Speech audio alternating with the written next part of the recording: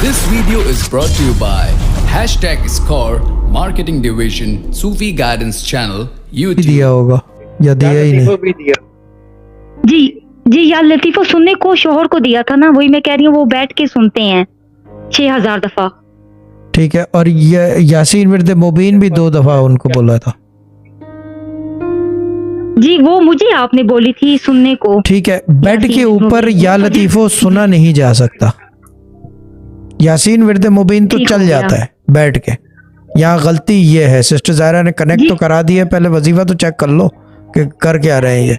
ठीक है ना, बेड के ऊपर या लतीफ़ो नहीं सुना जाता। बहालत मजबूरी हो तो ठीक है, वो सिर्फ जानमाज की चीज़ है, इसम जानमाज की चीज़ है।